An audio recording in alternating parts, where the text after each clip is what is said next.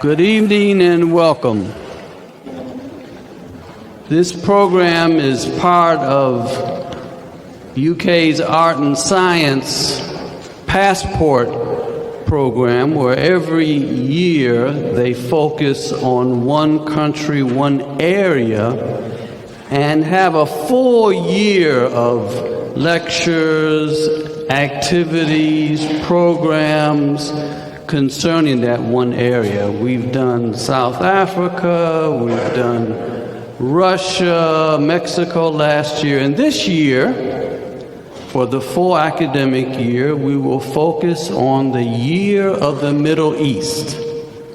We've already had our kickoff, our first event, Kosher Soul, but this is one of our first major events of this year of the Middle East.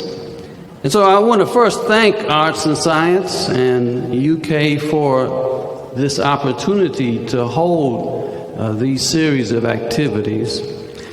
And we are so honored and thankful to have as our first major lecturer, Dr. Professor John Esposito, who undoubtedly is one of the world-renowned scholars of Islam.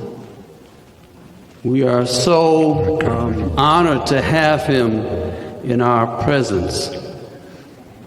Professor Esposito is Italian-American.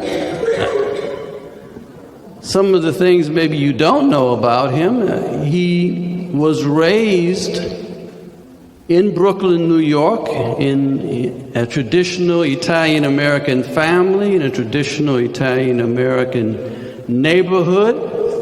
I think he got this information from the NSA, but we won't go there. The CIA and NSA are all wonderful sources of information, John. You should know that. And he was the first in his family actually to graduate from high school, let alone college. Another thing you might not know about John Esposito is that he spent 10 years in a monastery training to be a priest, Catholic priest.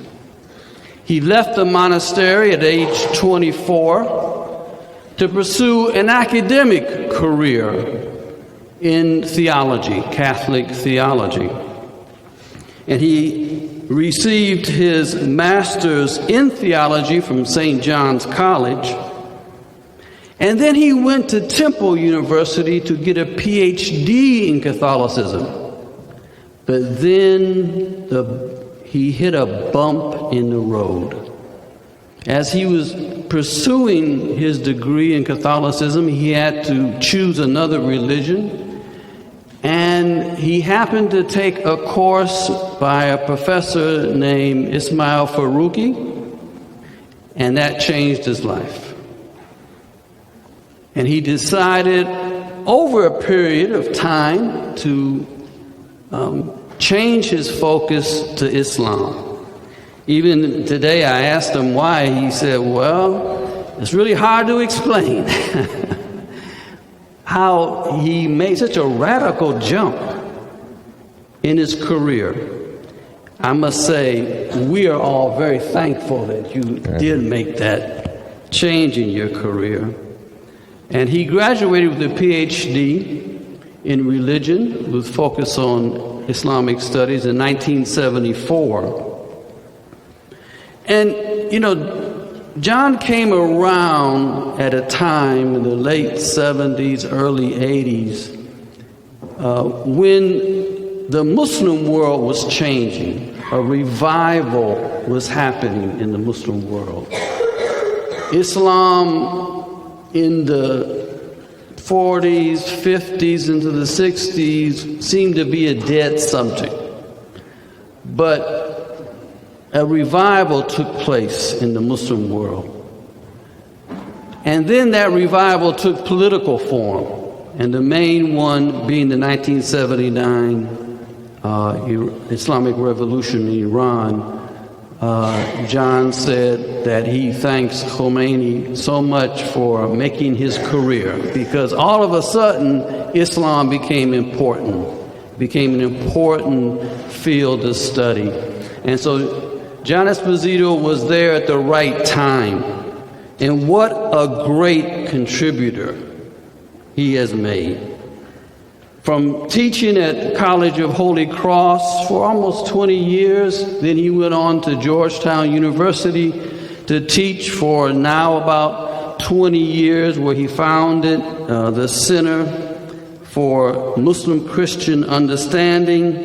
And in that career, in it's about 40 years of, in the academic field, he has produced, unbelievably, about 49 books and monographs. He has produced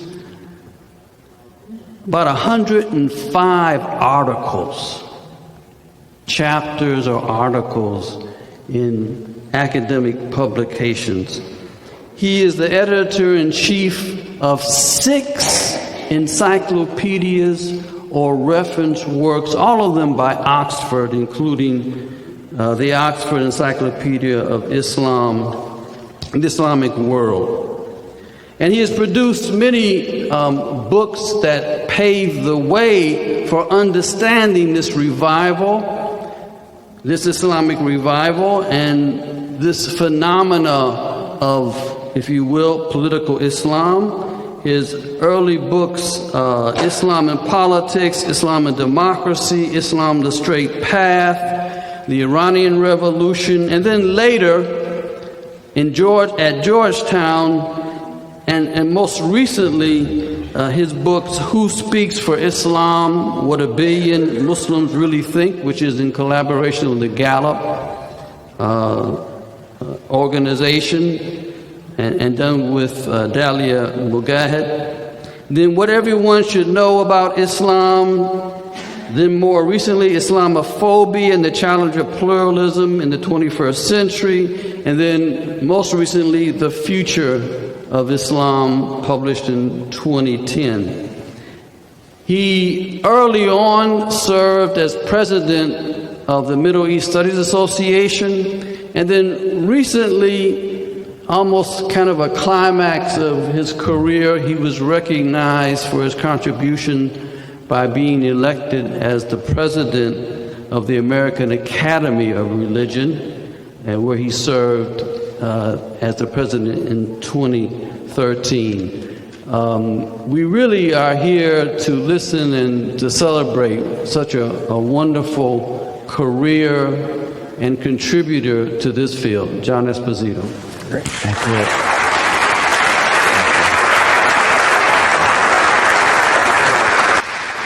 Thank you. Thank you very much. That was a wonderful introduction. I'm one to say, particularly to students, and what I'm saying is literally true, because when I say it, people always think that I'm exaggerating or being humble or something. I'm one of 3 boys. I'm the oldest, and I'm the least intelligent. Was probably the least that anybody would expect to be an academic. I gave a talk in Maine once, and some faculty came over to me after and said, "Oh, your parents are so cute. We asked them, what they thought of when they saw you up there, with a big audience." And my mother said, "At least he has a job. At least he has a job." And then they said, "What was I like as a kid?" And they don't run it anymore, but there used to be this commercial where, an Italian mother would yell out the window to her kid to come home. It was Prince Spaghetti. There's going to be a meal. Well, for us, it meant either there was hot water. The landlady finally gave hot water so we could take a bath. Or it meant we had to go up and read every day in the summertime for an hour. So they asked what I was like, and she said, "Well, I had 3 boys, and the 2 youngest loved to read, and with John I had to get books with lots of pictures." So my career really was very jump-started. My middle brother to encourage my niece once said, just look at your Uncle John. Look at his background. If he can do it, anybody can do so. So that's where we are on that. Now, tonight I'm going to talk about the future of Islam. There's so much that one could say under that theme. I'm going to come at it from a very different kind of point of view, but I'm also going to try to do something I often don't do, which is to sort of keep it sort of crisp and allow lots of time for Q&A, because I'm not going to cover everything. The first thing I should say is, in case you're feeling tense about this and thinking about what time will this end and when will I leave, I have a new technique. The doors are locked, so students who want to leave, it may be a fire hazard, but you don't get out till I finish. And Ihsan has offered to buy breakfast tomorrow in case I go on and on.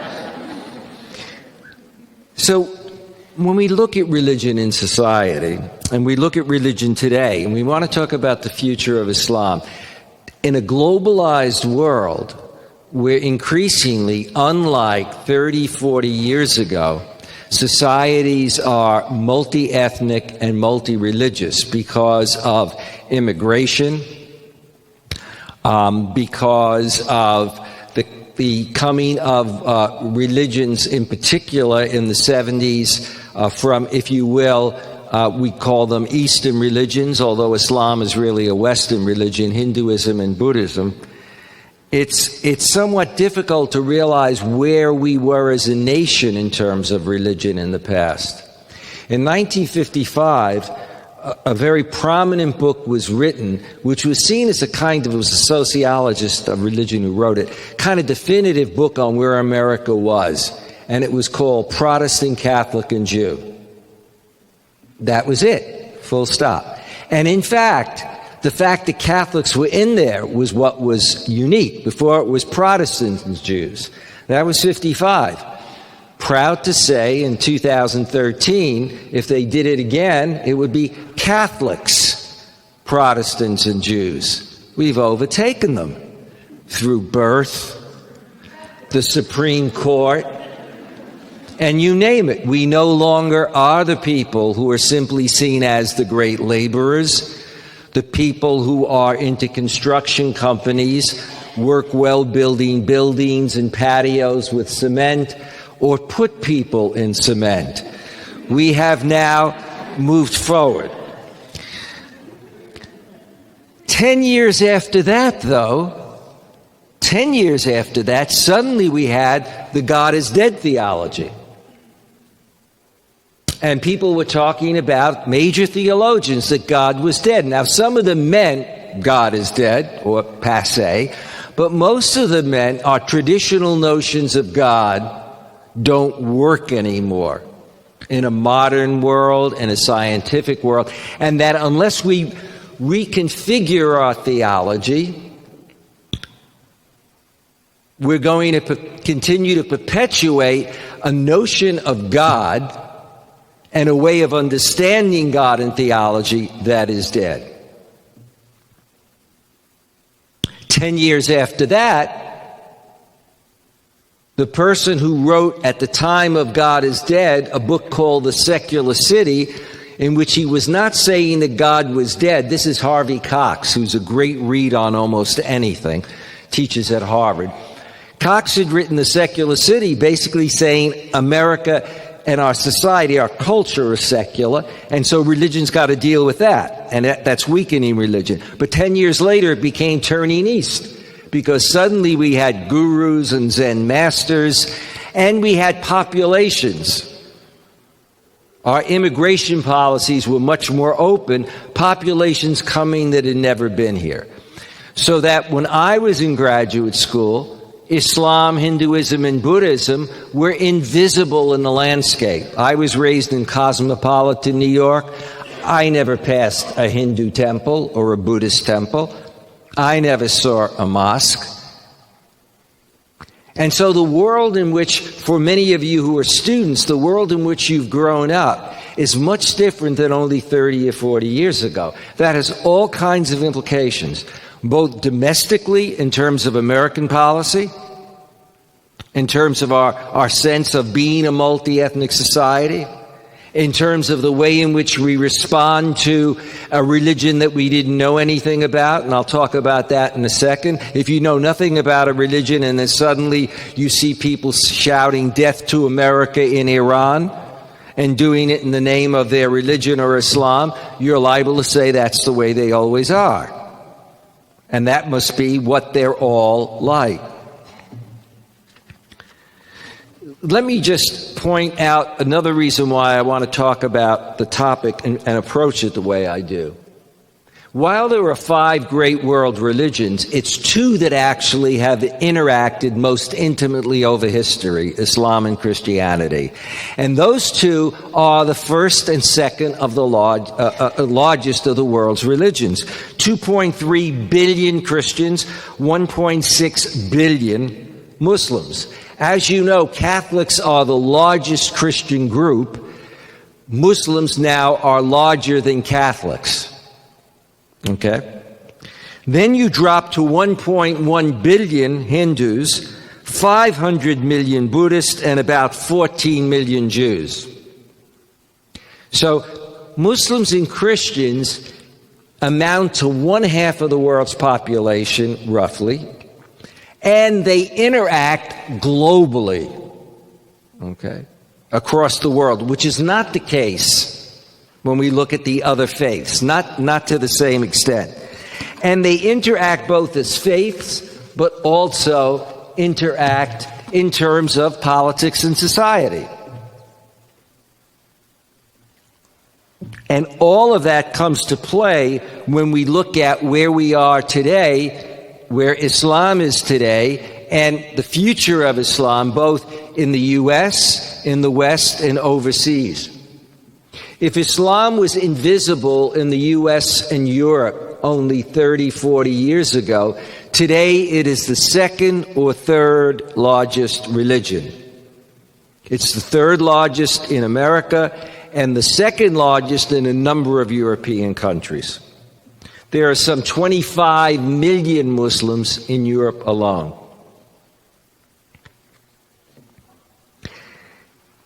Part of the talk also has to be framed in terms of the nature of religion.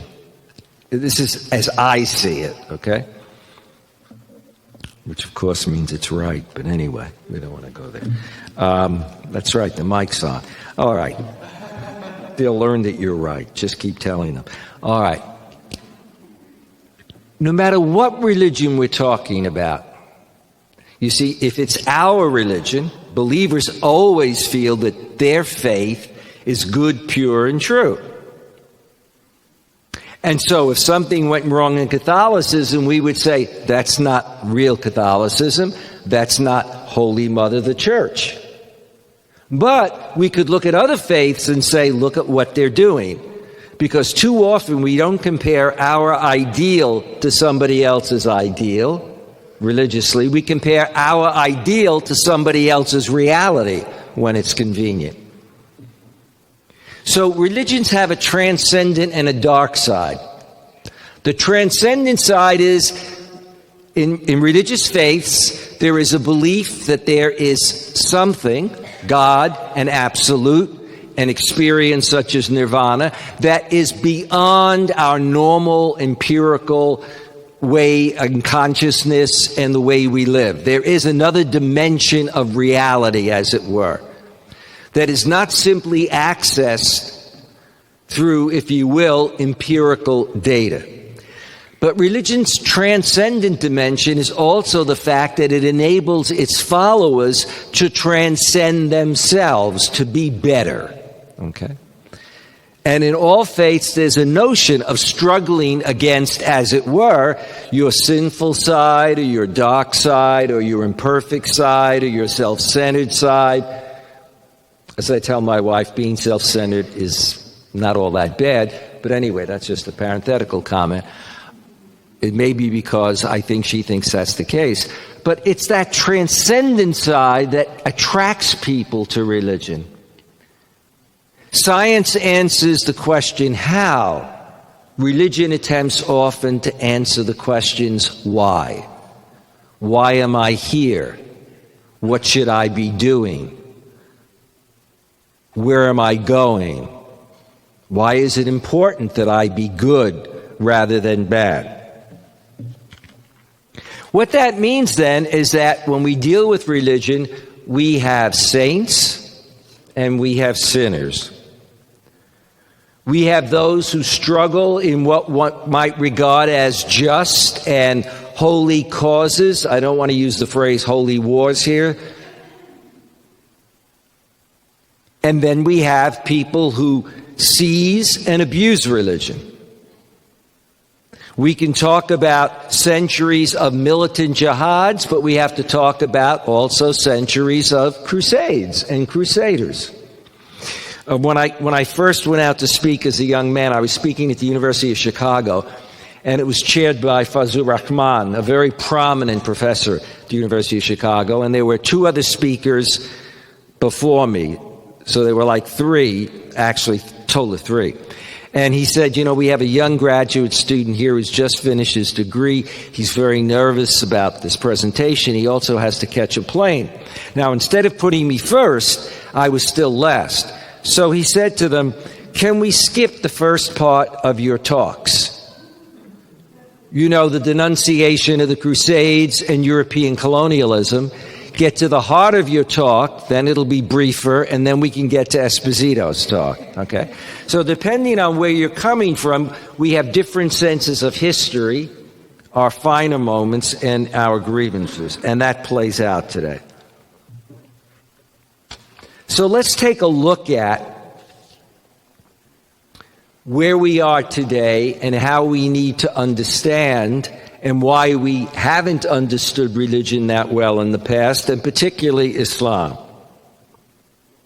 When the Iranian Revolution came along, it is true, I felt that I owed my career because I had finished my degree. I was like, again, some of you are old enough, you remember that commercial for Maytag, waiting for the phone to ring? Well, the academic in the ivory tower. My phone never rang, nobody ever invited me to speak. And this was the first 6 to 7 years. Anything I did seemed very esoteric. I was hired to teach world religions, not teach Islam, and then the revolution came along. So I owe my career, my first Lexus, to the Ayatollah Khomeini. It's quite literally true. I had only made it to a Toyota Camry, and suddenly I could jump to a Lexus. But that says something about where we were. At that time, if I sent out book contracts, and I did, I sent out book proposals, 100, 97 didn't answer, 3 said, great idea, no market. Iranian Revolution came, 3 book contracts in 5 weeks. Iranian Revolution came, and suddenly government wanted to know what was going on. Our diplomats were not trained in the religions and cultures of countries that they went to, Hinduism, Buddhism, or Islam if they were in Asia. Our military were not, even though they might be engaging people. The media did not cover religion in any significant way. I used to do a program, I did the color commentary for the first Gulf War, so I knew what it was to be on in prime time, to have camera crews come to my house. Then I do a great dialogue show. Jews, Christians, and Muslims. Sunday morning, 6 a.m. And the only reason they did it is that they were required. Stations had to have community programs and religion programs. It wasn't even that the stations were necessarily anxious to do it. So our population was not acclimatized to other religions, particularly if they didn't interact with them, in the public square. Tom Brokaw, who used to do the Today Show during the taking of the American hostages, began one morning saying, before I give my report, Let me tell you that there's a religion called Islam. It has a book called the Quran and a prophet called Muhammad. That's pretty amazing in a country that saw itself as having a cosmopolitan global worldview and an educational system. Most of us, if we went to any country in the world and you were talking to an educated class and they never heard of Jesus or Moses or the Bible, you'd be saying, on what planet are you? Now, if it were an esoteric religion like Jainism, that for many people in those days had never heard of, that might be understandable.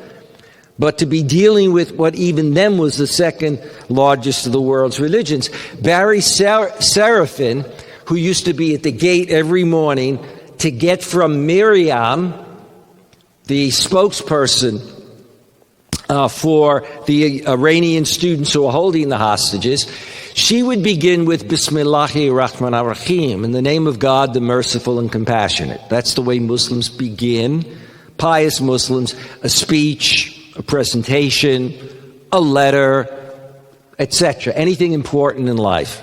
And then usually there's a little quote from the Quran. Barry, after a while, getting frustrated every day, in effect said, without using quite these words, I've got 5 minutes for this report. I want to know how they are. Could you cut out the first part? You know? I mean, it'd be like, I don't know what, visiting the Pope or going to something that the Pope does or somebody like him. He begins with a little prayer and somebody says, could we just get this going? We only have a half hour for this program. But also think of the implications there.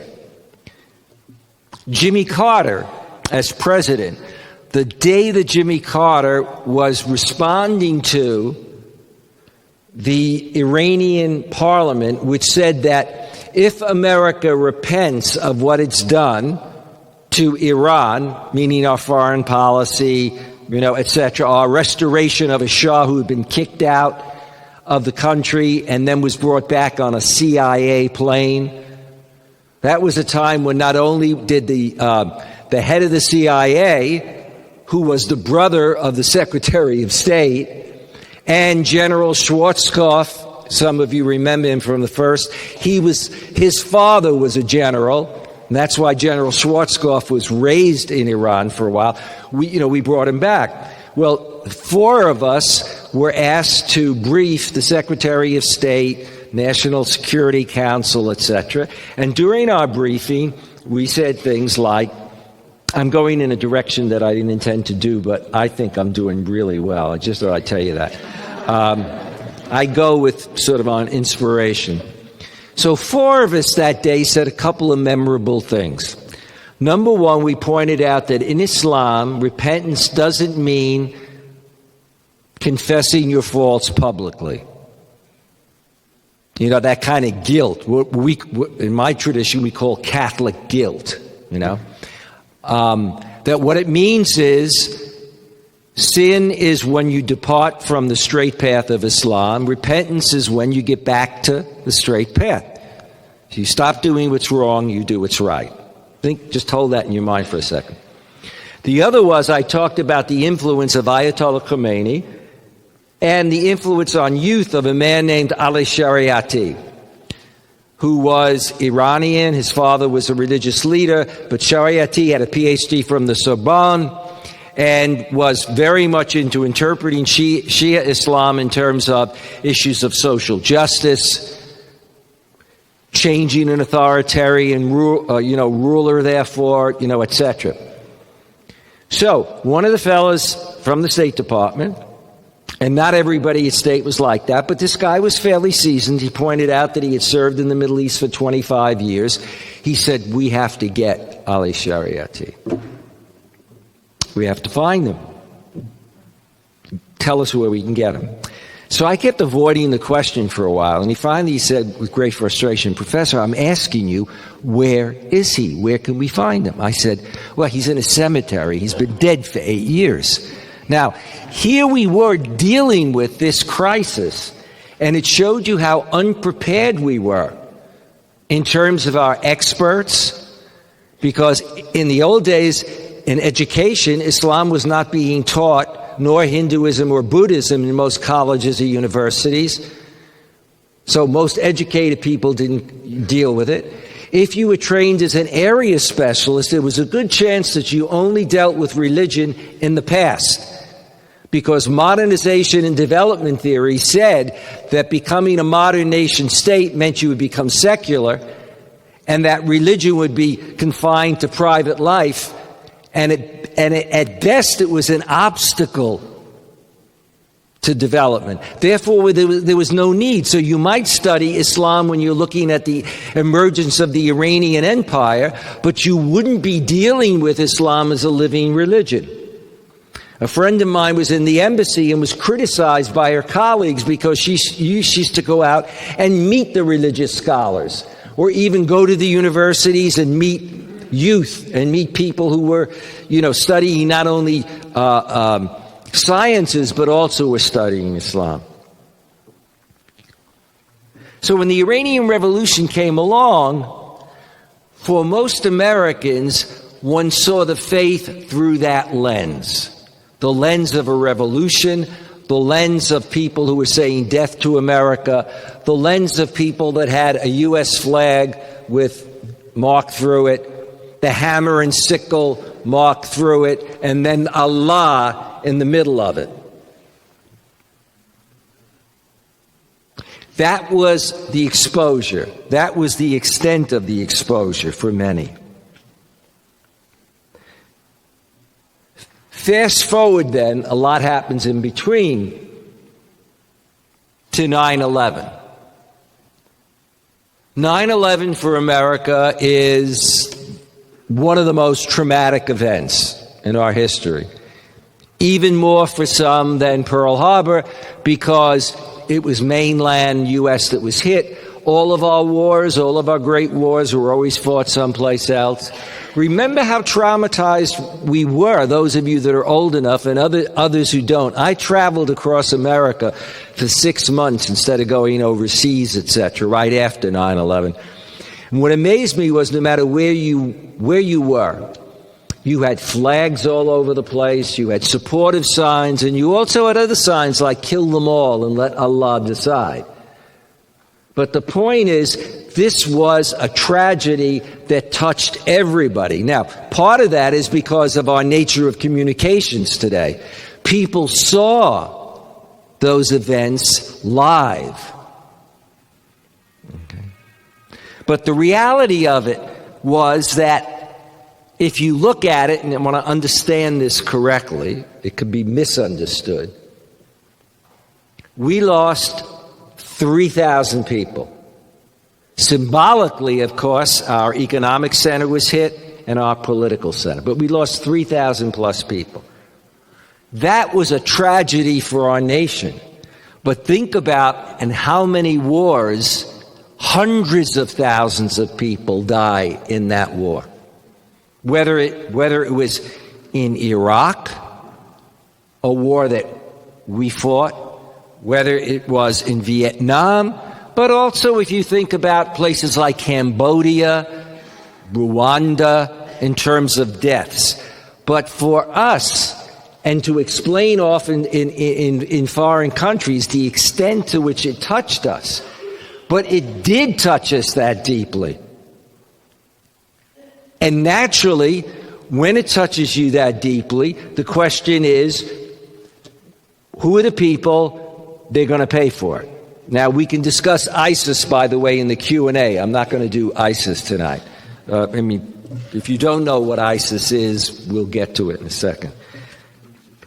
It's terrible because it's a terrorist group. But when they first started to use the term, all I could think of was, as a kid in an Italian-American neighborhood, we talked about ICE, Italian ISIS. And so, it was Italian ISIS, So, when I was first hearing it, I understood if they said the Islamic whatever, but ISIS was, I'm not good with acronyms, as you can tell. And there was bin Laden. And what was bin Laden saying to us? Now, again, most people miss this. If you look at bin Laden's early speeches, His speeches were not about theology, the first part of the speech. They were about grievances. Everything from the Crusades to Palestine and Israel, to American foreign policy, to American presence in the Middle East, to not wanting to see America in the first Gulf War come into the Middle East, because he said to the king of Saudi Arabia, once they come in, they won't leave, we'll become more dependent. And indeed, Saudi Arabia, Kuwait, Bahrain became more dependent on us, our military base there, more dependent economically, buying our weapons, etc. But what also came out of it was that when he went to legitimate, to mobilize, and this is exactly what ISIS does, to legitimate, mobilize, and recruit, first you give the political, social, economic grievances. So you got people who are mad, as it were. You're getting them really mad about their situation. And then you use religion to legitimate what you're going to do. Remember that whether we're talking about Hitler, Stalin, Saddam Hussein, George W. Bush, Clinton, Obama, okay? So we can look at good guys, good wars, bad wars. When all of those folks go to war, none of them say, I'm being recorded, aren't I? That doesn't matter, I'm from Brooklyn. We're bastards, we're terrorists. They all wind up justifying what they do, just as the Japanese did when they hit us at Pearl Harbor in terms of rationale. It's always that there's an overwhelming enemy, and we are now going after them. And so we justify that in terms of democracy, or we justify that in terms of religion, or it could be Mao, with his vision, it could be communism, etc. But what happens when you see that is then there's a brushstroking of everyone if you don't understand that society. We see that coming to a head with Park 51. Park 51 is the so-called mosque at Ground Zero. So Park 51 comes along after we've had Muslims in this country for decades, after we've now had mosques in this country for decades, after Islam has become the third largest of the world's religions. It comes along at a time when Muslims are no longer the way ethnic Italians were or ethnic Catholics were, or any other group that came, Jews, etc., that is in the first stages of trying to fit in, being maybe in the lower echelon of recognition in society. But when, in fact, in the last decade or so, Muslims have become, and I'll talk about this in a second, economically and educationally fully integrated into the American mosaic and increasingly political. But what does Park 51 produce? Park 51 produces, first of all, people saying it's a mosque at Ground Zero, which it was not. It was planned to be an Islamic center, just as the Jewish Center or the Jewish Y on 92nd Street, which I've spoken at. It's a massive Y. It's been there for decades. Yes, they have a little prayer room, but they also have a swimming pool. They have major lecture series for the community, major projects, programs, etc. This Islamic center was to be not at Ground Zero, but it's in Manhattan near Ground Zero. In fact, there's a mosque closer to Ground Zero, a small mosque existed. It was approved by everybody. But then suddenly, not just some whose families were lost and just felt, okay, it's not at Ground Zero, but, I still don't feel comfortable with it. And remember, Muslims died in the towers. I did a talk at a ceremony in which both the husband and wife, who were Muslims, died in the towers. But there are legitimate reasons in the sense you can understand why somebody can feel really uncomfortable. but it was outsiders that came in, people like Pamela Geller and others, who I would call Islamophobes, that is, people who have a problem with Islam and with most Muslims, okay? They came along and led major demonstrations and referred to this Islamic Center as the mega mosque at Ground Zero. Okay?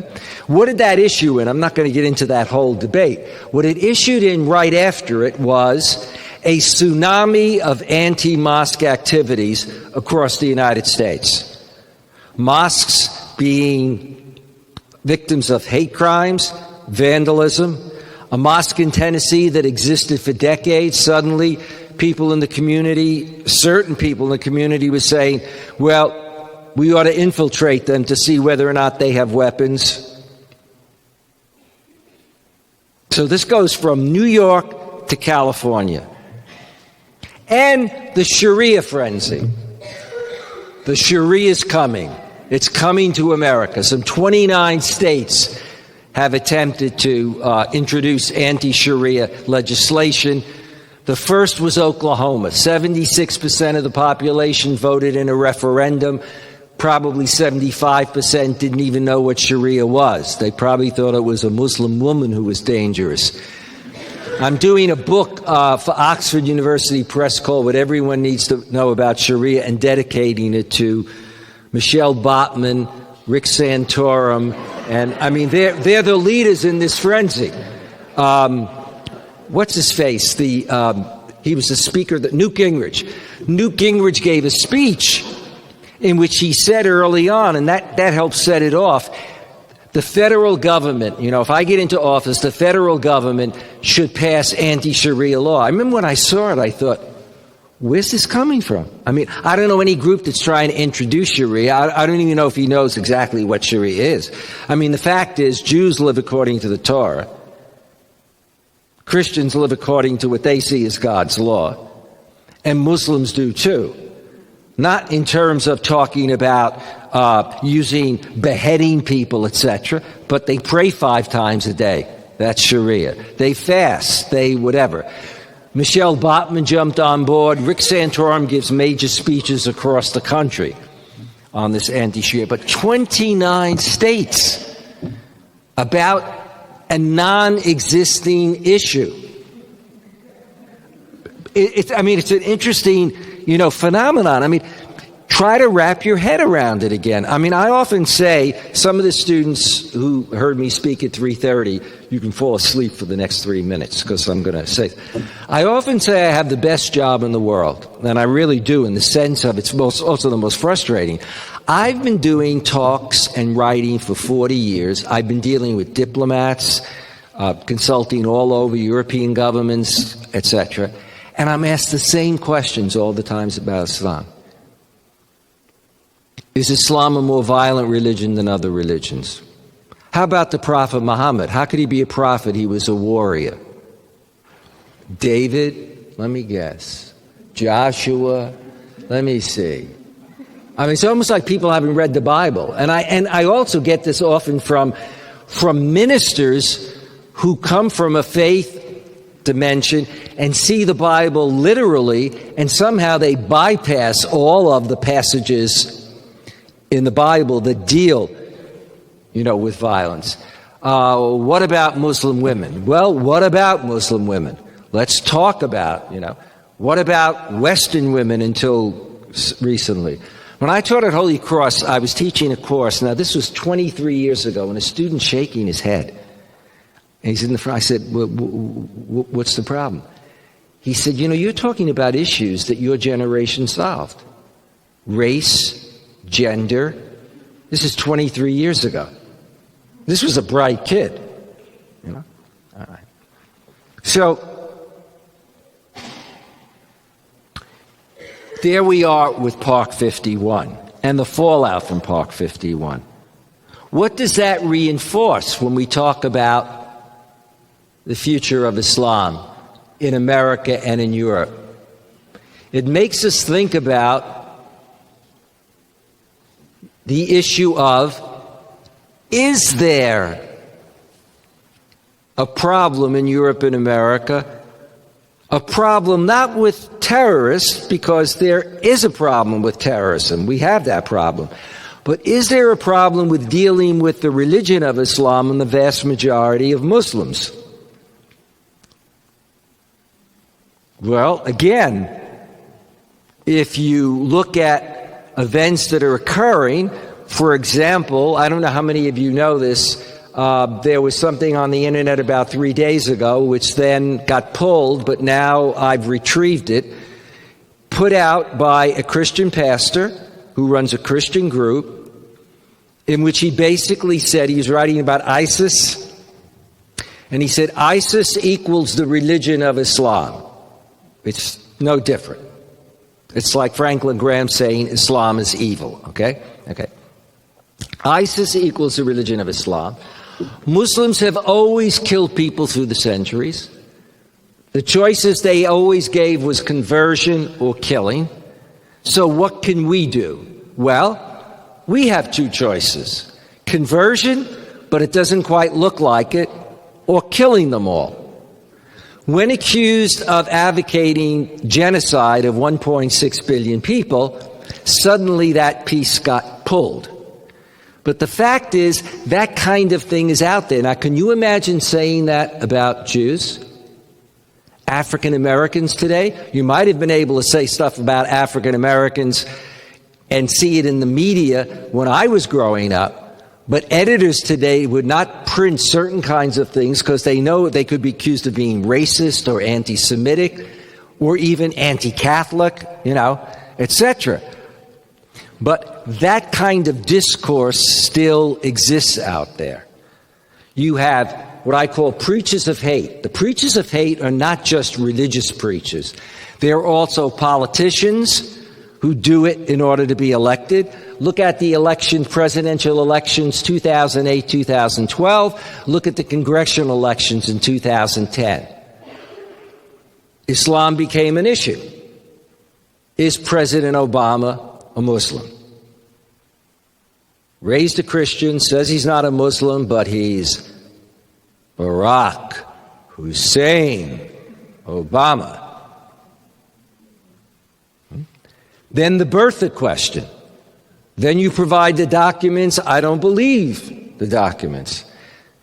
President goes to speak in New York, and in relation to Part 51, he does not advocate the building of the center, but he says in America, every group, and certainly every religious group, if it gets clearance from the local community, if it follows the laws, can do what they want. The next day, you see a spike of 10 to 12% more people who are convinced he's a Muslim. A poll done recently, you have a large percentage who not only think he's a Muslim, you have a large percentage that aren't sure whether he's not a Muslim. And then a smaller percentage that says, no, he probably isn't. This is really bad, what I'm going to say. But I have a black sense of humor. By black, I mean dark. President goes on the Colbert Show after he leaves office.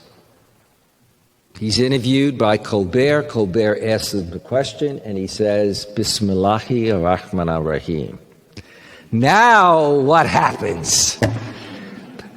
You see, I mean, it's this incredible, because you remember what General Powell said.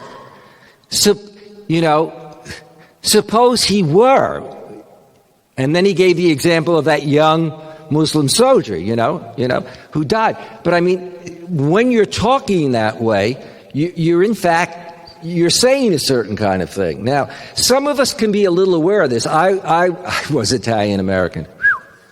I'm passing from the scene. Okay, you better have a hearse ready. When I was growing up, people always thought I knew about the mafia, that I had members of my family that were mafia.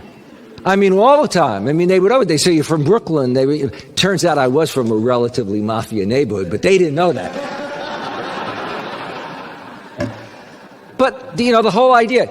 In those days, some of you are old enough to remember, when you saw somebody who was a gangster, when you saw somebody who was slapping women around, etc., they were usually dark and swarthy. If they didn't portray them as Italian, that's what they were. And occasionally they were lovers, but, you know. But the reality of it was, Italian Americans were seen, because of the mafia issue, for many, it was always with the... They used to try to get us in our neighborhoods to get on buses to protest outside the FBI, because we felt that we were being seen in a certain way. This is ironic, by the way, because J. Edgar Hoover thought Catholics were the best people to have as FBI agents. We were clean-cut, short hair, took orders really well in those days, you know, from the Pope and the Catholic Church, and very disciplined. But this is the kind of brushstroking that we are dealing with, that then winds up affecting, when you have a problem with Islamophobia, it winds up affecting the civil liberties of Muslims. So when we then talk about, for example, our reaction to 9/11, listen to these statistics. This comes from Less Safe, Less Free, by one of the foremost authorities on human rights in America, David Cole. It's a great read, Less Safe, Less Free. By its own account, the U.S. government immediately locked up over 5,000 foreign nationals in preventive detention. 5,000.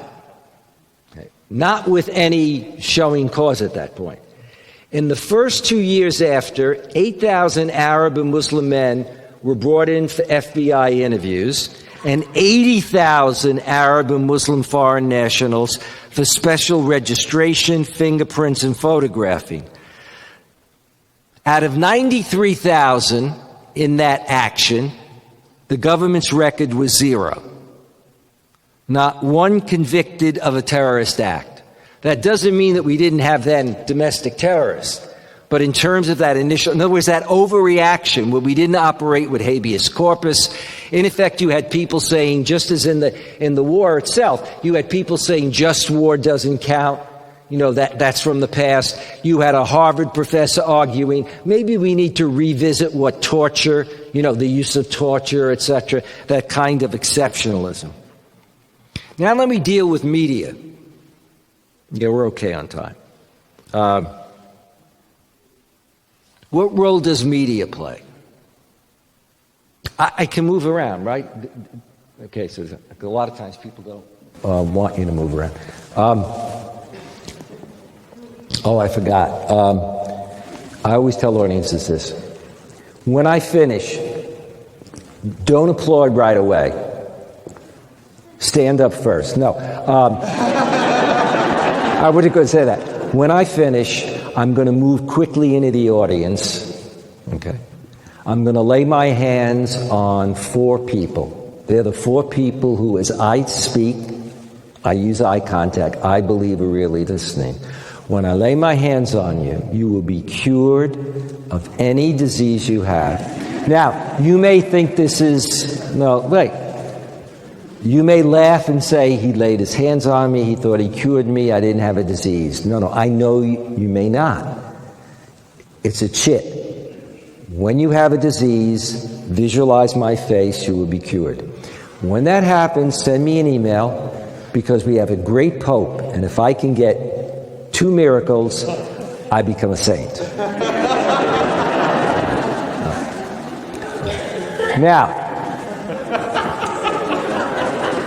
think about that. Let's talk about media. For most of us, we get our news from media.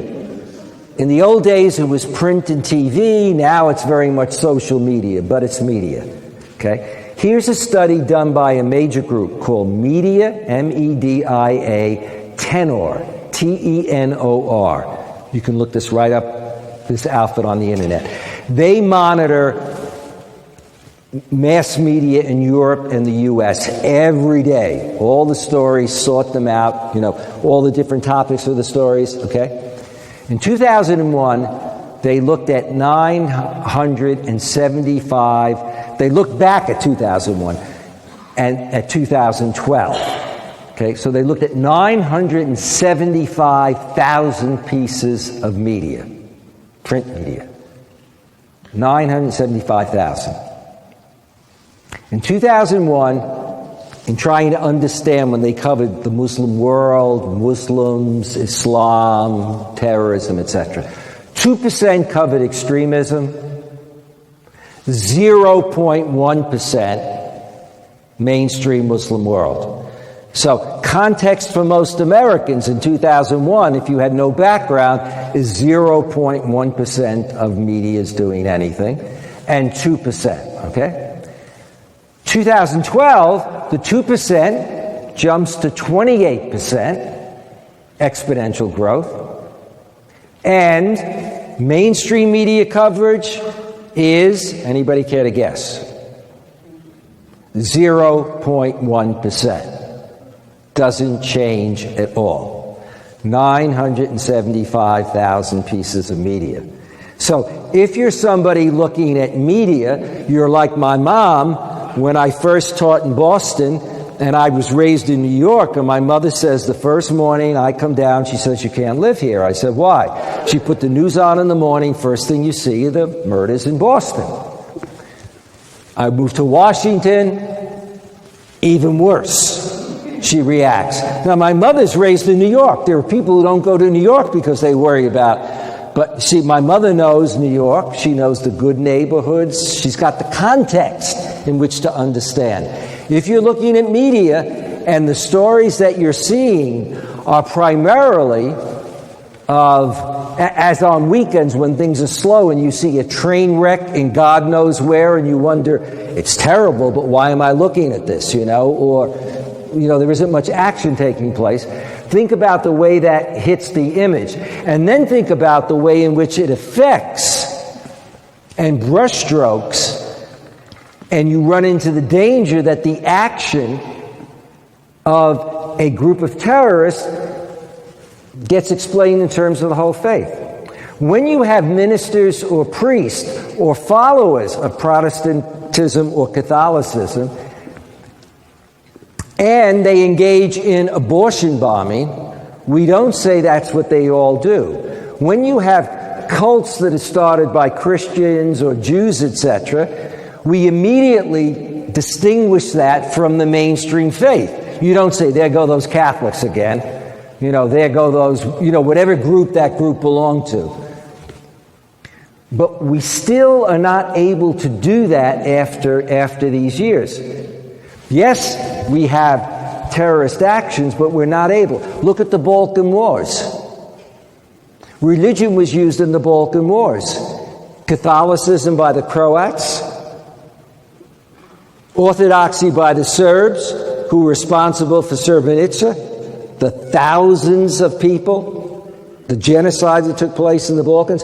But we didn't sit back. We wouldn't sit back and ask those of us that are Christian and say, it's legitimate to say that's Christianity. They may have been told by some of their priests, that this is what you should be doing. So in terms of the future of Islam in Europe and America, one of the things that we do see is an exponential growth in what we call Islamophobia. That's anti-Islam or anti-Muslim. That doesn't mean being critical of Islam. You can be critical of Islam as long as you've got, reasons for it. You can be critical of Islamic practices. You can be critical of, but it is a bias, it's discrimination, it's engaging in hate speech, which can lead to other kinds of incidents. And we've seen that. Look at the number of Sikhs that have been attacked or killed because people think that they're Muslim, which is interesting. They're not even saying what they're saying is we think they're Muslim, and if they're Muslim, that means they're terrorists. You see? So that's one of the challenges of the future of Islam. But the future of Islam is also Islam itself. So I'm going to go for about 10 more minutes. Okay? I love listening to my voice. It's just, you get to an age where, why listen to anybody else's voice? I mean, my mother said I didn't like to read. I also have my own version, not seriously, but I can't pay attention to most people. It's just, I don't know what it is. But I'm riveted by myself.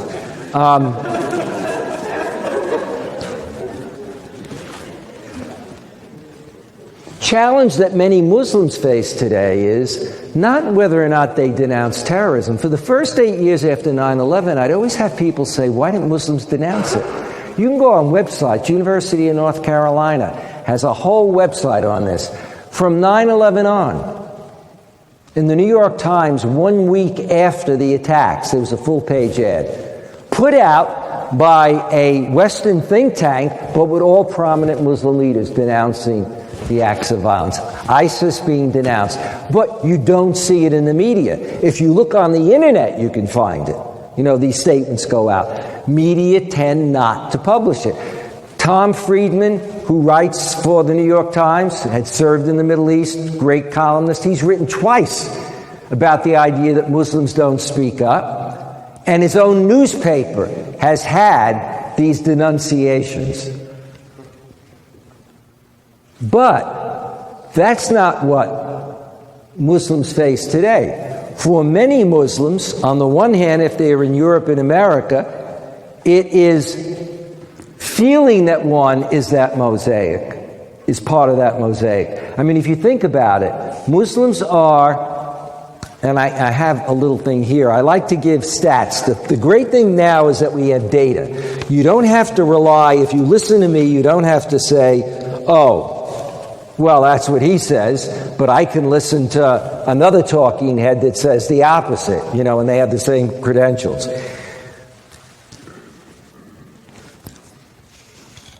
Okay. 4 out of 10 Americans, no, we'll skip that. Let's look at a Muslim profile. Muslims span the professional profile. They come from 68 different countries. Professionally, they're doctors, lawyers, engineers, educators, taxi drivers, small business owners. 70% report they have a job compared to 64% overall of Americans. Educationally, 40% of Muslims have college degrees versus 29% of Americans overall. 40 versus 29. Muslim women are statistically as likely as Muslim men to hold college degrees and postgraduate degrees and to be equally employed. Muslims make as much, if not more, than Americans overall. Among non-working Muslims, 31% are full-time students compared to 10% in the general population, 31% to 10%. Family-oriented, 78% are married. Of those, 83% have 1 or more children. So they're integrated economically, educationally. Pluralism, unlike many parts of the Muslim world and some parts of the United States, in terms of Christians as well as others, American Muslims are quite pluralistic. 77% said that Muslims worship the same God as Christians and Jews. 84% said that Muslims should strongly emphasize their shared values with Christians and Jews. And when it came to the acid test of pluralism, this is a Muslim scholar named Abdulaziz Sajidina who writes on pluralism. He said the acid test is whether or not only you're going up, but other people are. You know, salvation, you know. A majority, 56%, believe that many religions can lead to eternal life. A minority said no. We have that same kind of breakout.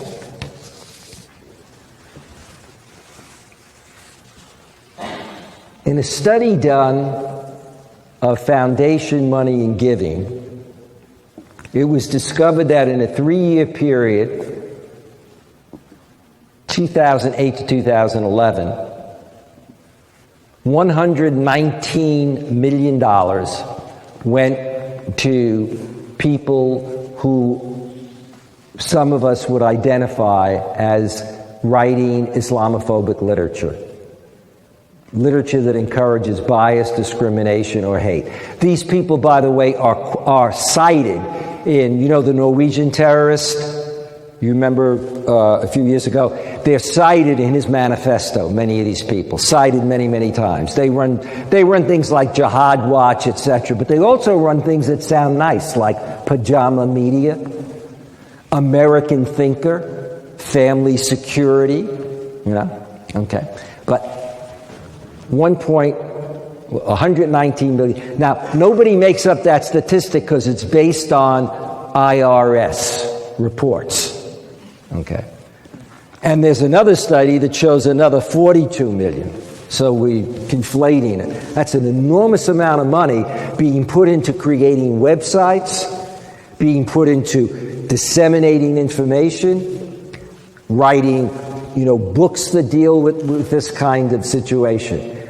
So the irony is that Muslims are integrated, but in terms of their civil liberties, there's still an issue. But the irony is that American Muslims are more optimistic than the average American about their future in the next 5 years. Why? Because they're not only doing well, but their second and third generation kids are getting good educations and moving ahead.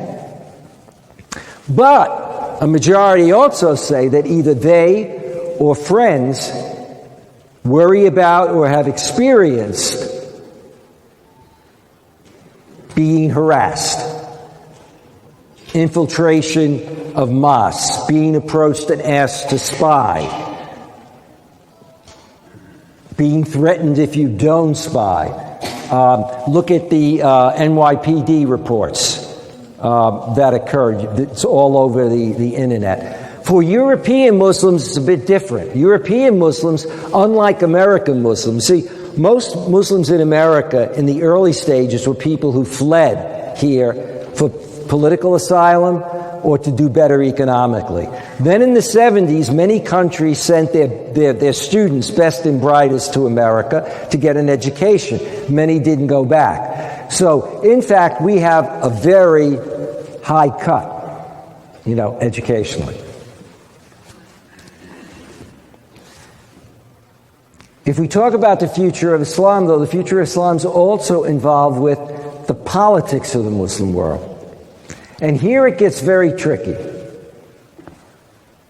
Remember after 9/11, people said, why do they hate us? Now, there's no problem with that question if you mean, why do the terrorists hate us? But for a lot of Americans, why do they hate us meant they, the Muslims. And often, there was no distinction between being anti-American foreign policy or anti-British foreign policy, for example, as in the invasion of Iraq, and being anti-American. And so some people would say, well, why do they still keep coming here? Why do they live here? Well, because they don't hate us, they don't like our foreign policy.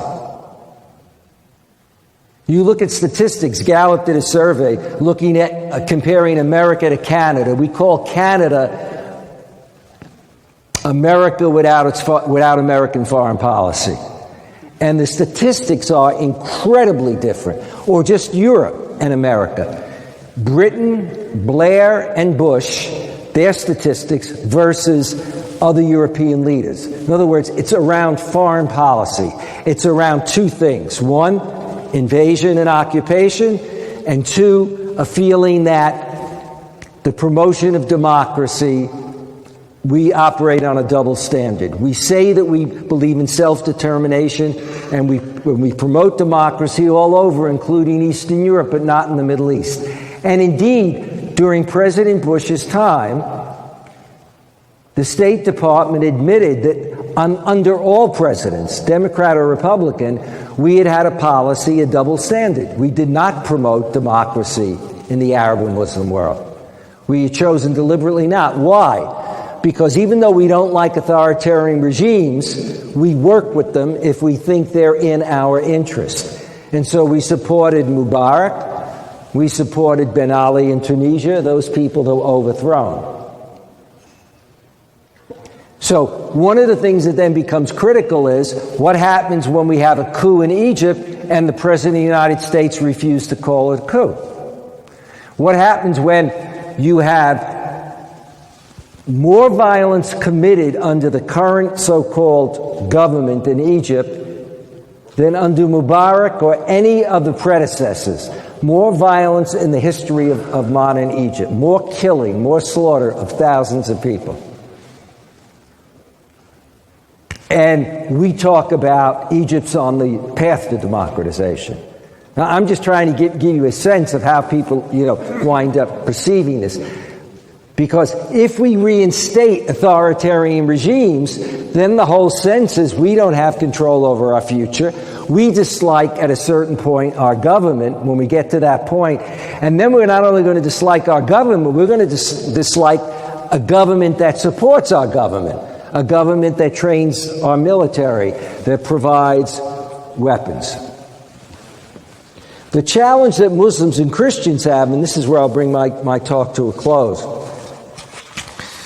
The challenge that Muslims and Christians and Jews and Americans in general have, and atheists have, is whether we really believe in our principles and values. Do we believe in self-determination? Do we believe in democracy? And do we really believe in pluralism? Political and religious pluralism. For many believers, and certainly for some Christians and Muslims, traditionally there was a sense, if I'm right, then everybody else is wrong. For Christians and Muslims, there was a sense of a universal mission, each faith. And that's why in the early period, Christianity felt threatened by the new kid on the block, because Islam came along and offered a theological, if you will, alternative, an alternative religion, and not only an alternative religion that many people, were converting to, but also, like as we had Christendom, so you had, if you will, Islamdom. In other words, the religion was also being expressed not only in a faith and a theology, but also in monarchies and empires. The challenge in our modern globalized world, with globalization and the development of multi-ethnic, multi-religious societies, is the extent to which we can operate on a basis of mutual understanding and respect. Tolerance is out. The old notion of tolerance is useless. I did a program once, and President Clinton was there, and he rejects the term tolerance, because tolerance, remembers, traditionally means coexistence. So I may not like you. I don't want to live near you. In terms of social class, you may not be able to get a good job, the best jobs, have the best stuff with mobility, but we can coexist.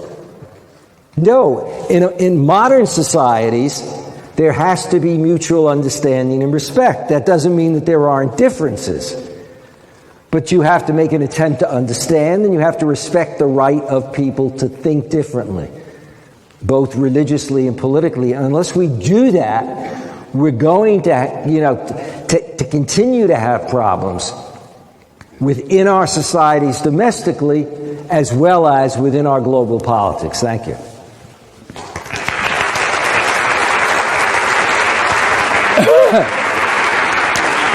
I don't know. I went in a different direction. So.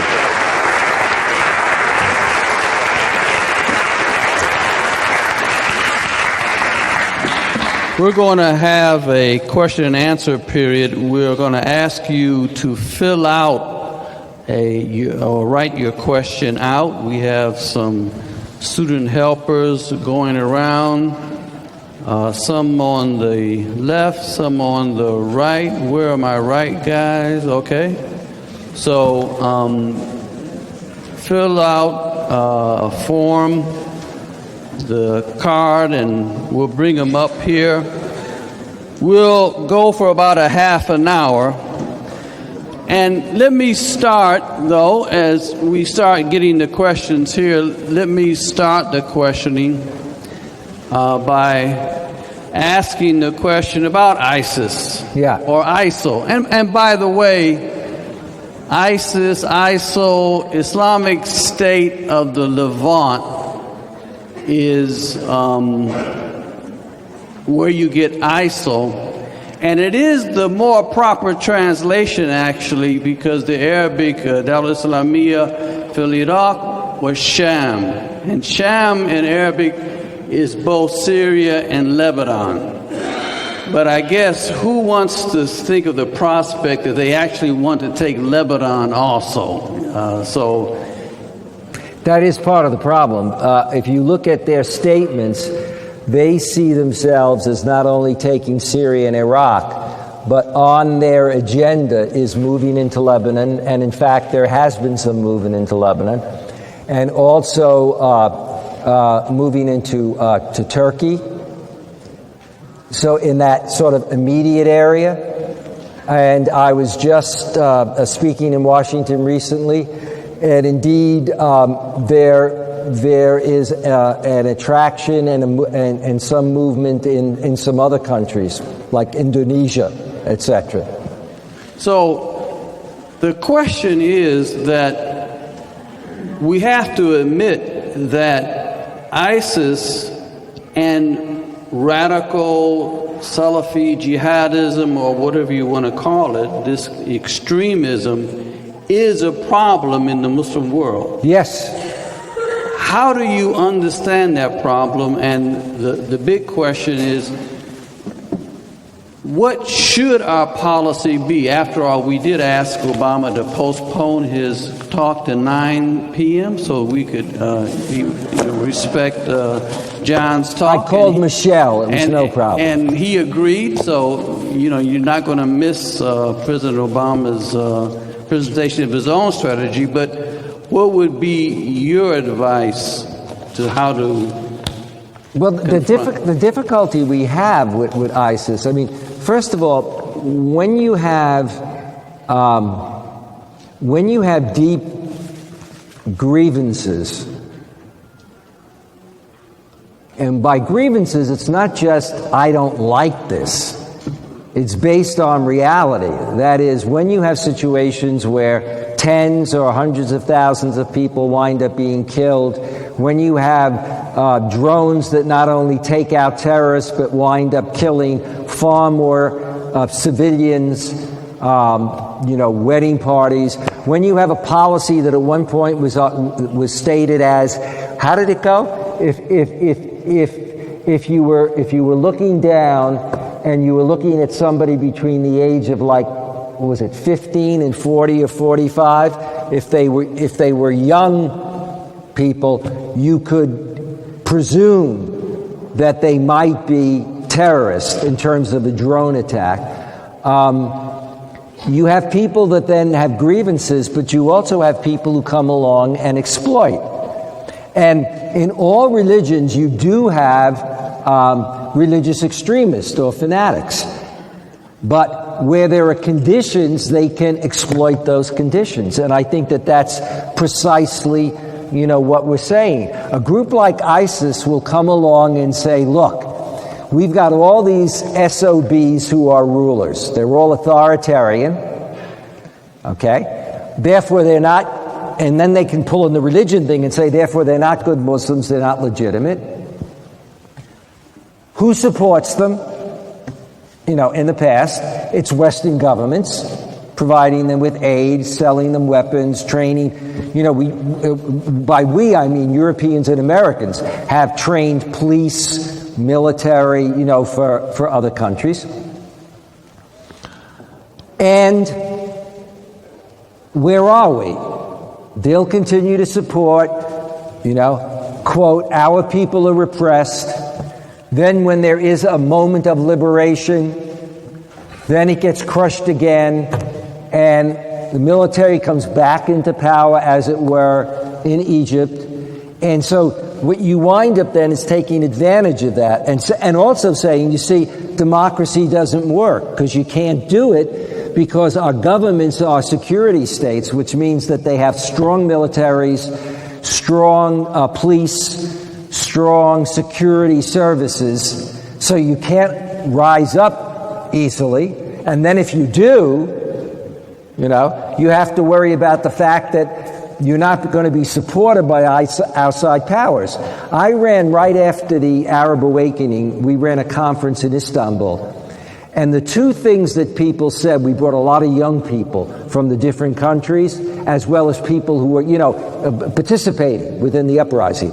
The two things they were concerned about were, number one, what they call the deep state. In other words, how are you going to change? As one of them said, they said, when the French Revolution occurred, all the bad guys are rounded up and they're guillotined. 40,000 people were beheaded post the French Revolution. You're talking about beheading, okay? In other words, the bad guys get rounded up. They said, in our case, we've driven out rulers, but the bureaucracy, the main economic players, the military, the courts are all people who've been, supplied by the other side. So they worry about the deep state. And then the other thing was, how about the West? Will the West accept, or will they actually support a counter coup?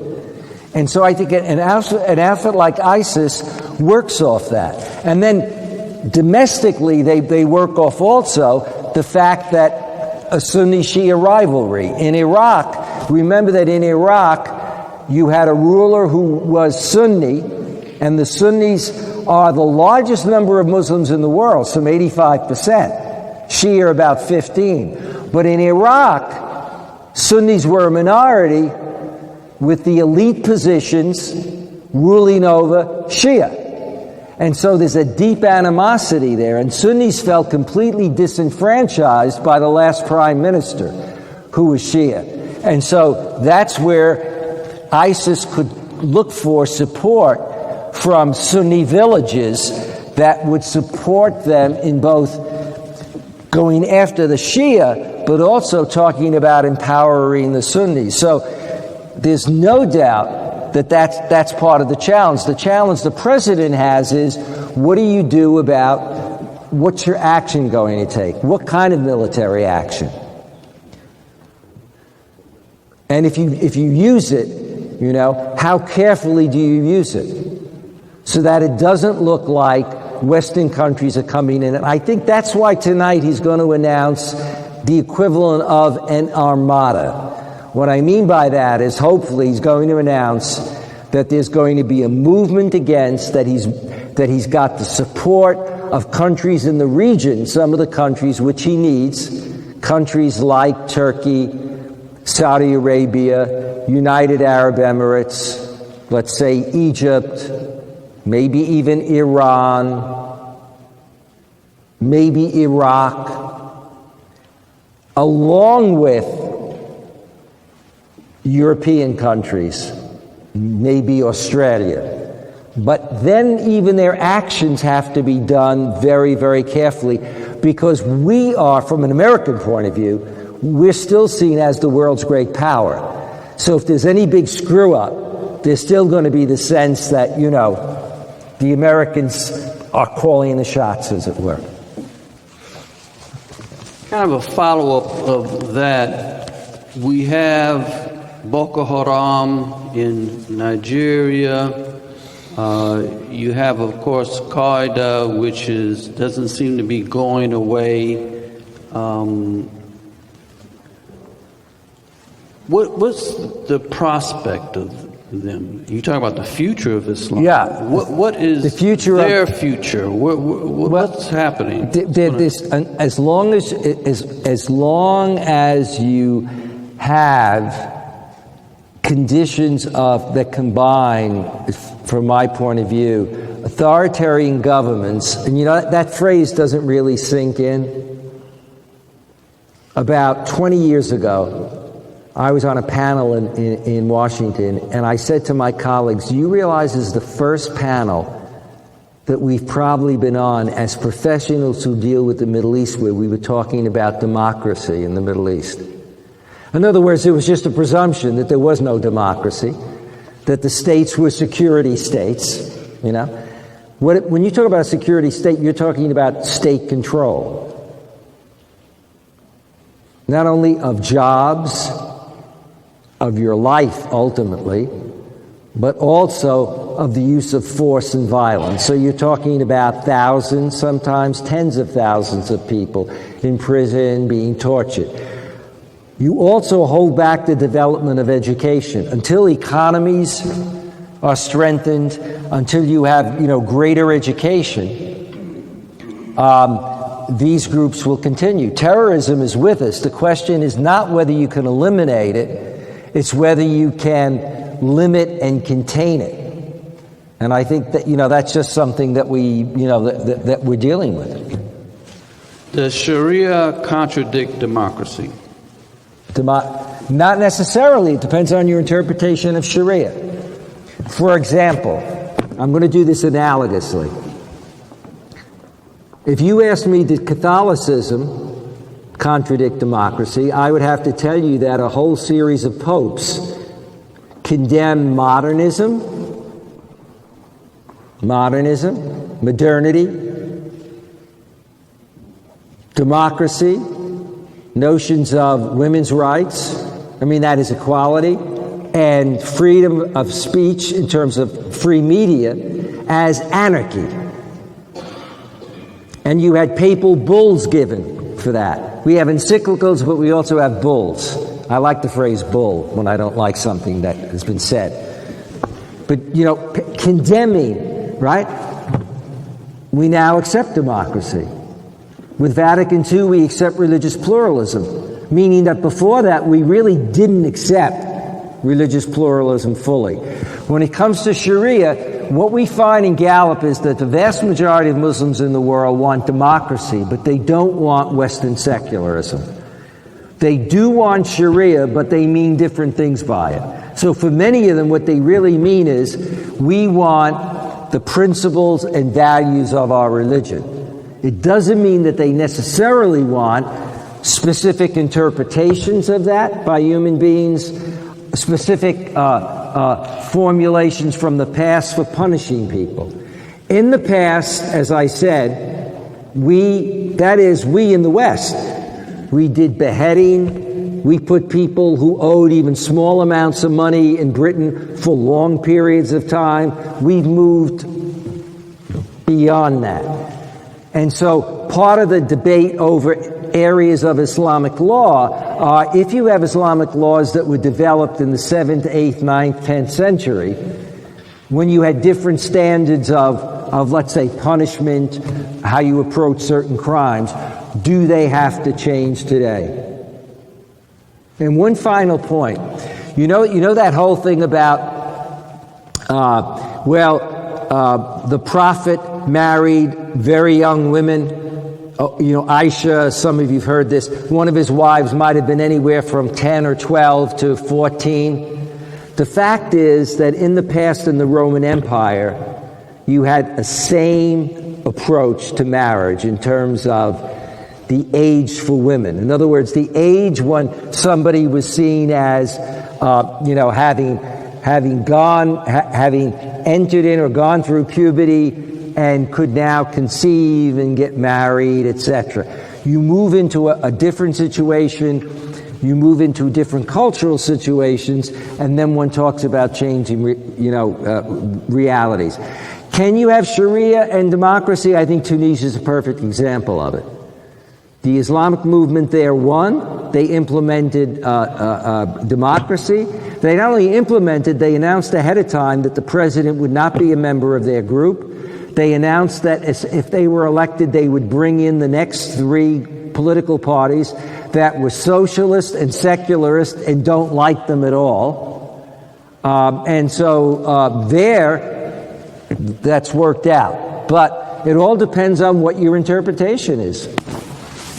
Many of the questions asked, how can we better promote mutual understanding and respect of Islam and Muslims in America?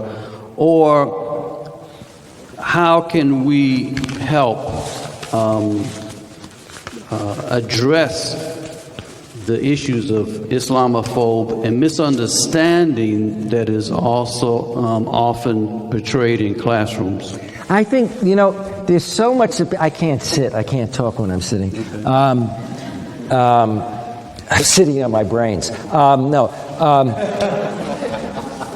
The reality of it is there's so much that one can do. I've been doing this for years, and this is all going to sound... If you want to have any impact in life, remember that movie that they talked about, Pay It Forward? Some of you remember, okay? I always say, if you want to be useful in life, if you go through tough times and then you're blessed and you have a pretty good job, or you're in a position to help somebody else because somebody helped you, or you have some money and you can help them, you pay it forward. But you can't do what everybody else can do, even when you're talking about paying it forward. You're not Bono, You're not, you know what I mean, some mega wealthy person who just walks in and says, We all, in our everyday lives, have a way of paying it forward. There are people who are lonely. There are people who are sick. There are people who just want somebody to come and talk to them. There are things like, delivering, food to people. And people can do that and make incredible contributions. And they don't get on TV. They're not somebody who can say, I've got 100 million and I'm going to give 10 million tomorrow and it's going to be in the newspapers. The same thing is true with cultural understanding. I speak at universities, I speak to groups, and then I go back. And it's amazing how many people come up to me and they'll say something like, I heard you speak 10 years ago and you suggested X and Y, and some of us went out and did that. Whether it's a career, or I said at one point to a group, I said, develop a book club. There are book clubs all over the place where people in a community, men and women, or sometimes it'll be women who are at home during the daytime, they get together and they read a book, they discuss culture and religion, they get to know each other, they get involved in their communities, they get involved in each other's mosque or church. And when you do that and then there's a crisis, when somebody attacks a mosque or whatever, and we've had incidents of this where suddenly people come out of nowhere who aren't Muslim and help out. At universities, get speakers, get interactive programs. Not only have courses, have discussion groups, and deal with hard issues. One shouldn't be afraid to say, look, I have nothing against your religion. I know most Muslims are okay, but how come there are so many terrorist groups?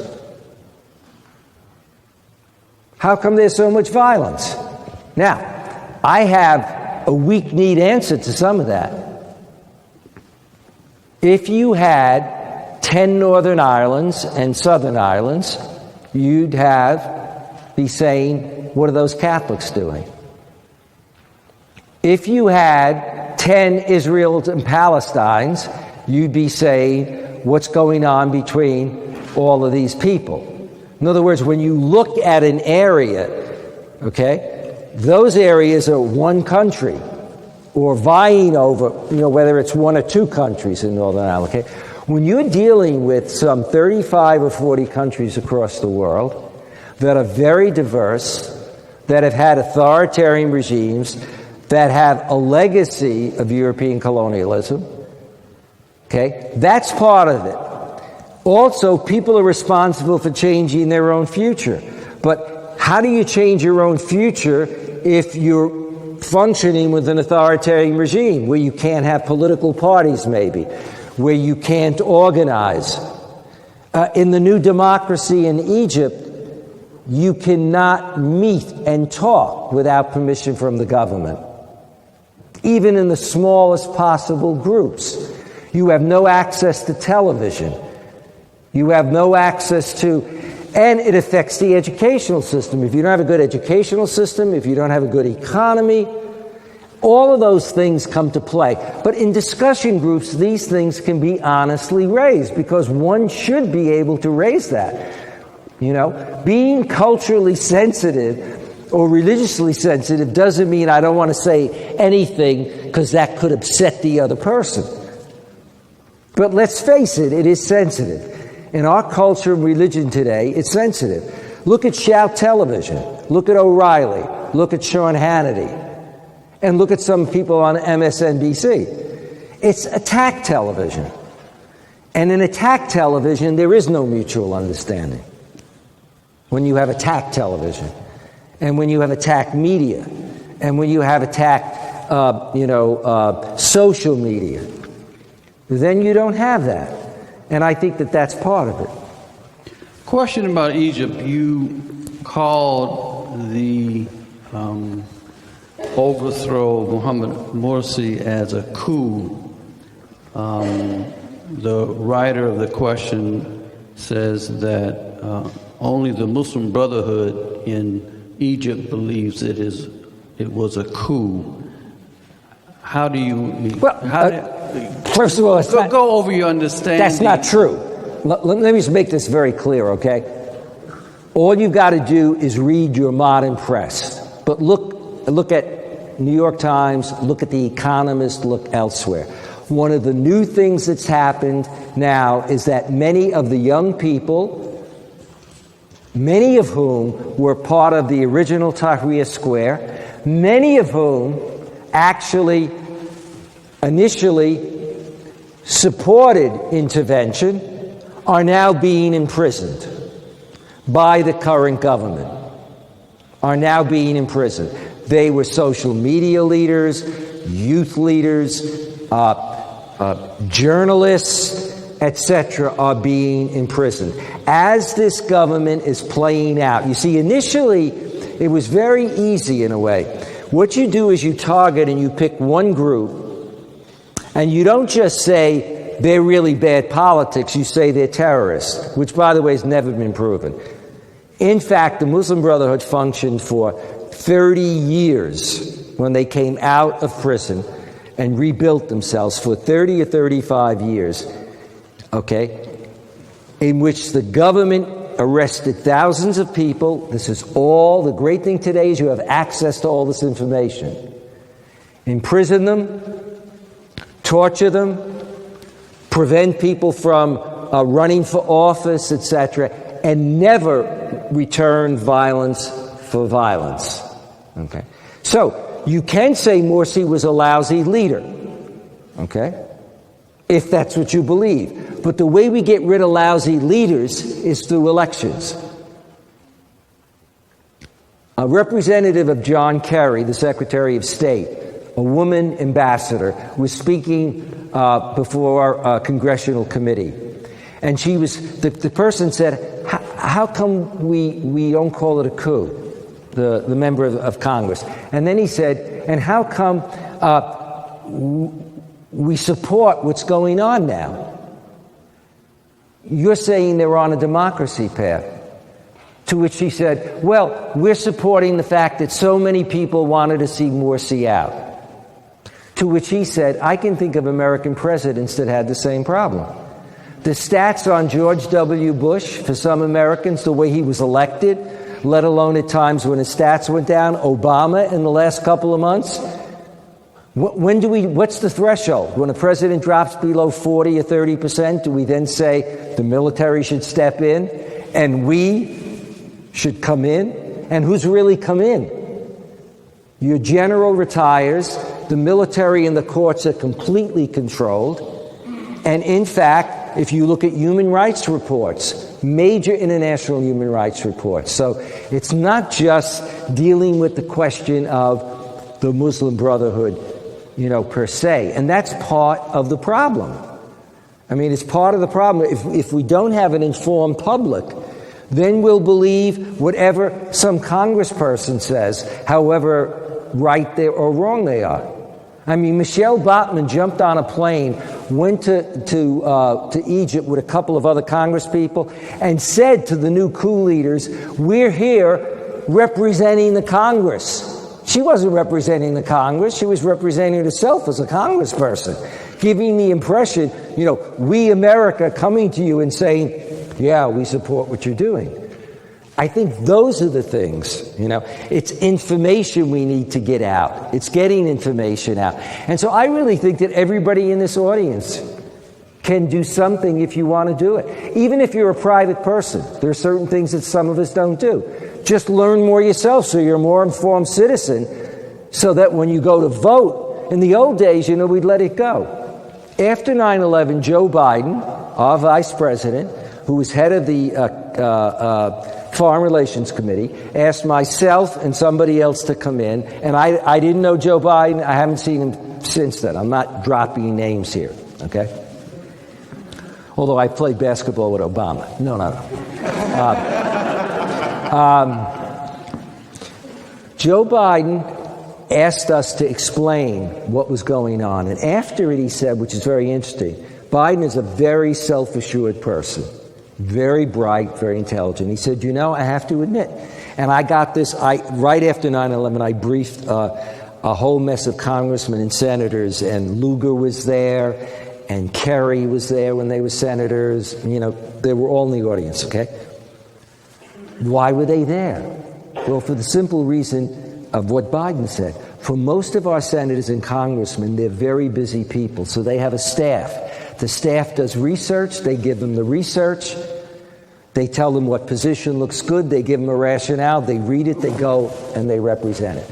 And so one of the things he said is, I know nothing about the Middle East. In depth, he said, I know Europe really well because we really deal. He said, when it comes to Islam and the Middle East, didn't know much.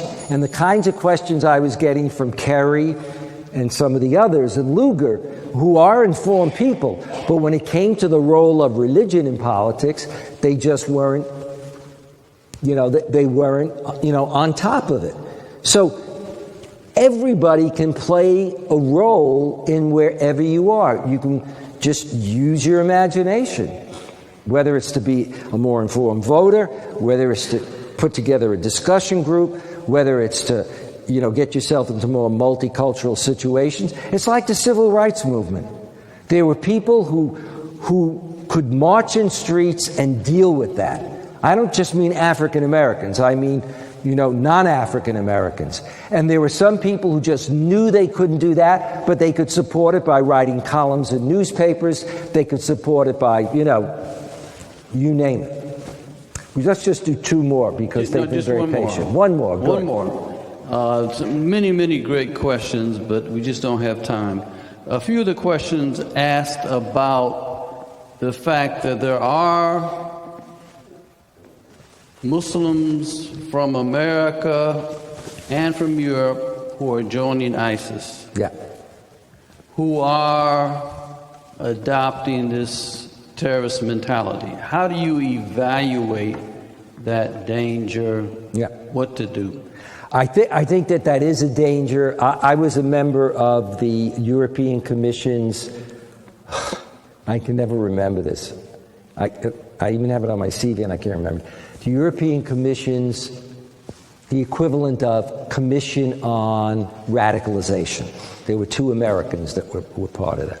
So we were looking at the European situation from about 2004 or 5 to about 2008. 4 different countries. What radicalized youth. Then you've got the American situation. Remember I said that you've got different socioeconomically, your position in society, okay? That means you're going to have much more alienation in Europe, right?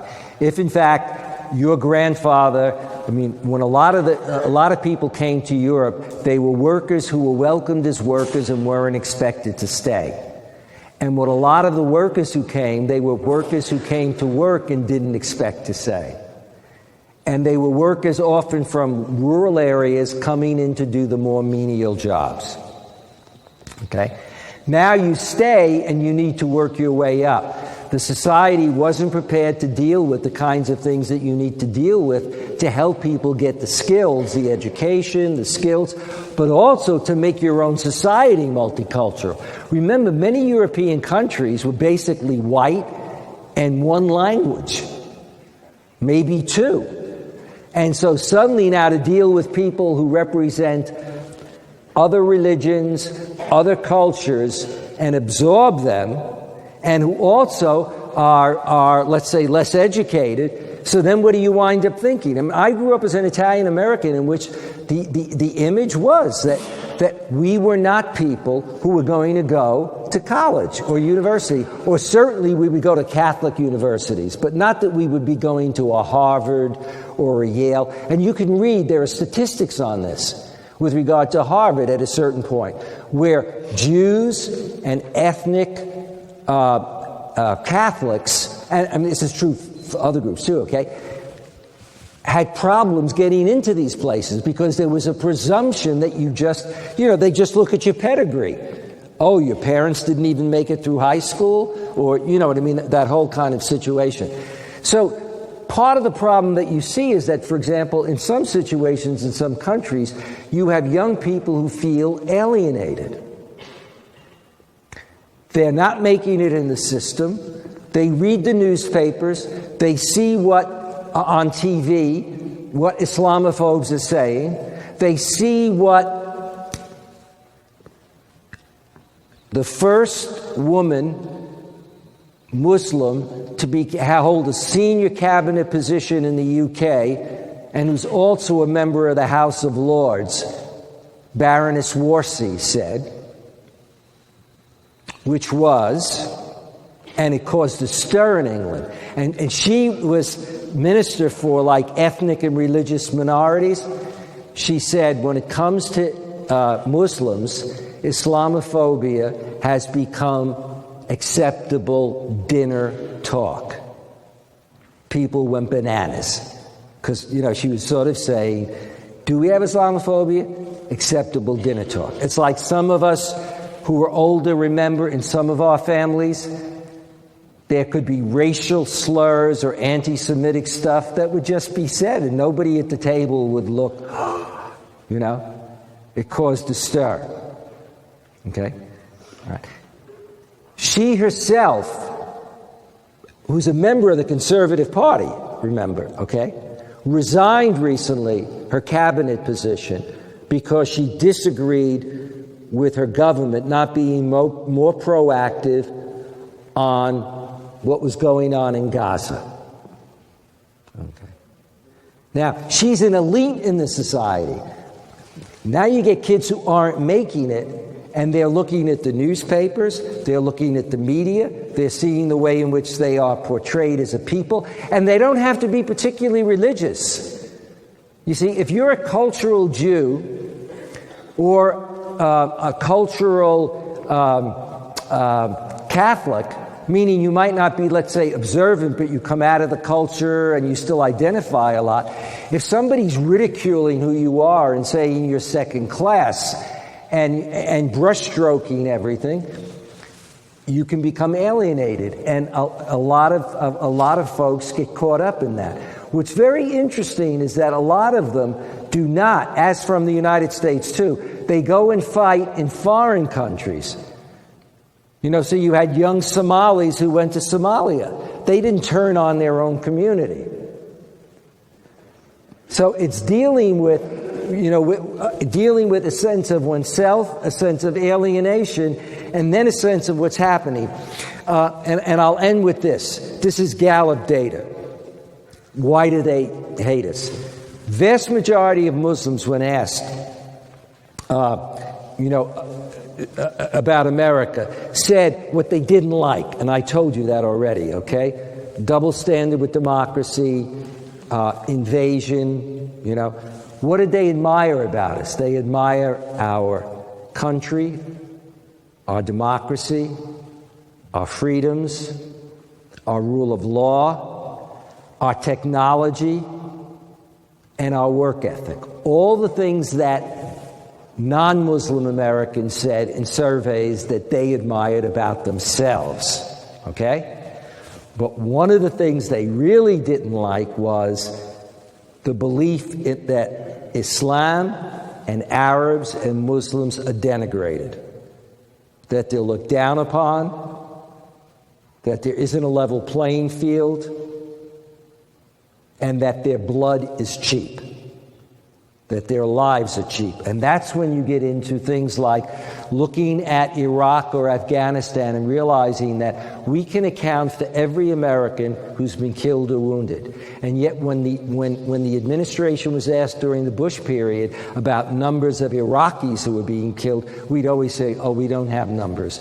Oh, we can't keep track of them. And yet when Johns Hopkins or some other outfit would come out with a number, the government would say, oh, those numbers are totally inflated. How can you know if numbers are completely inflated? Because nobody wanted to talk about the incredible numbers of people who were being killed and maimed. And unless you're saying you are concerned about those numbers, if you're not paying attention to it, then it means, well, this is easy stuff to do. And that's why the idea of using the military is going to be really tricky. We're going to need to have a lot of allies who work with us. Thanks for staying so long. Thank you very much.